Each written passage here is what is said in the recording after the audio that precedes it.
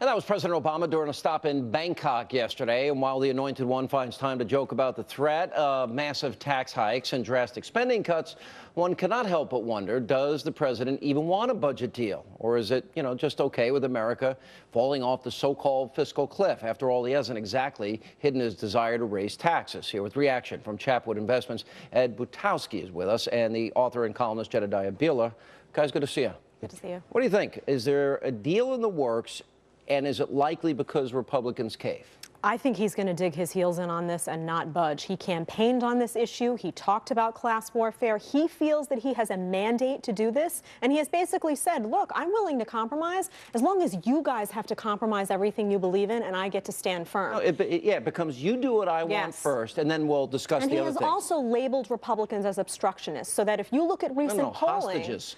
But if you look at recent polling, it's working. The narrative is working because when people are asked, they blame Republicans for the standstill. So the GOP has not owned the narrative on this one as of yet. The GOP's been in hiding. You don't really hear much from them on this, except some pundits go out there and say that they should cave. What's the big deal? The Tea Party won't care. Yeah, right. I disagree with that. But I'll tell you, what kills me about this is it makes absolutely no economic sense at all. I mean, if you really stop and think about it, we owe $17.5 trillion. Raising taxes on the rich, over $250,000, will bring in 0.5% of what we owe. So we have to put this in perspective, and people have to understand that it makes no sense at all what the president is saying and what he is doing. It's not about the money. It's not about the money. It's about a political argument. He wanted to pit Americans against each other. He wanted to paint himself as an ally of the middle class. In order to make that argument make sense, he has to continue in this direction. These arguments, though, are appealing. Obviously. Class warfare works, just like we were talking in the last segment, war on women tactics work. Right. All these, it's like a never-ending campaign by the Democrats.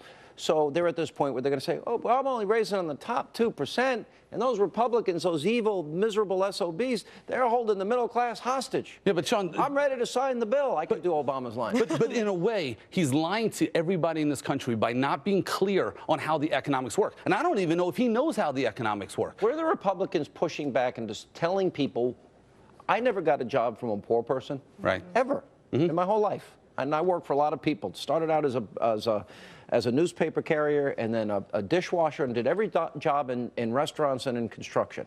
Never got hired by a poor person. No, and it will not work. I mean, I hire people all the time, and I'm hiring people for less money because of all the regulations and how the business climate is. I mean, think about this for a moment. If you're a football team and you're up 100-0, all right, and then a team comes in and scores a half a point, and seeing them cheering and racing around, that's literally what this analogy is. That's how little money is going to be brought in. I don't hear Republicans communicating why it's in people's best interest. That's right. They're not. And they also haven't owned the argument on the rich. They have allowed Barack Obama to paint this as millionaires and billionaires. We're talking about $250,000 a year. You're talking about a family that could potentially be living in New York City, where it can cost them $50,000 a year to pay their rent alone, who are going to have to put kids through college. This is not Donald Trump. These are regular people. These are small business owners filing as individuals. Republican Party needs to start owning the messaging. How does politicians, because they're the greediest of all, I mean, they spend too much money. They spend the lockbox for Social Security. They bankrupt the country. They bankrupt Medicare.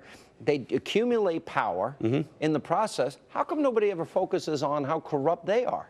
Well, how selfish they are. Because it's the narrative, and people accept which is easiest to understand. I mean, we used to read a paragraph of a story. Now we just read the headline, accept it as though it's the gospel, and we have to do a better job, including my industry, needs to do a better job of communicating this message. How bad is it going to get? I think it's going to get real bad. How bad? I think we're going to see, without question, even if we don't go over the fiscal cliff, we're still going into a recession because there's nothing on the horizon that looks good. So America needs to get ready for a slow economy to a weak economy. And for how long does this last? It's going to be at least 4 years because we're going to be stuck with these anti-business policies. You really think we're not getting out of this for 4 years? What's going to happen to get us out of it? I don't know. And then how bad do we become Greece after that? I don't think we get to Greece, but I think there's going to be this country is going to be very different if we follow the policies that Obama has in place. And if they cared about debt and deficit reduction, they would be talking about entitlement reform. They wouldn't be talking about bringing in $80 billion a year by taxing the rich when we have $1 trillion annual deficits and a $16 trillion debt. Jedediah, they'll be fine. That's right. All right, thanks, guys. Good to see you both.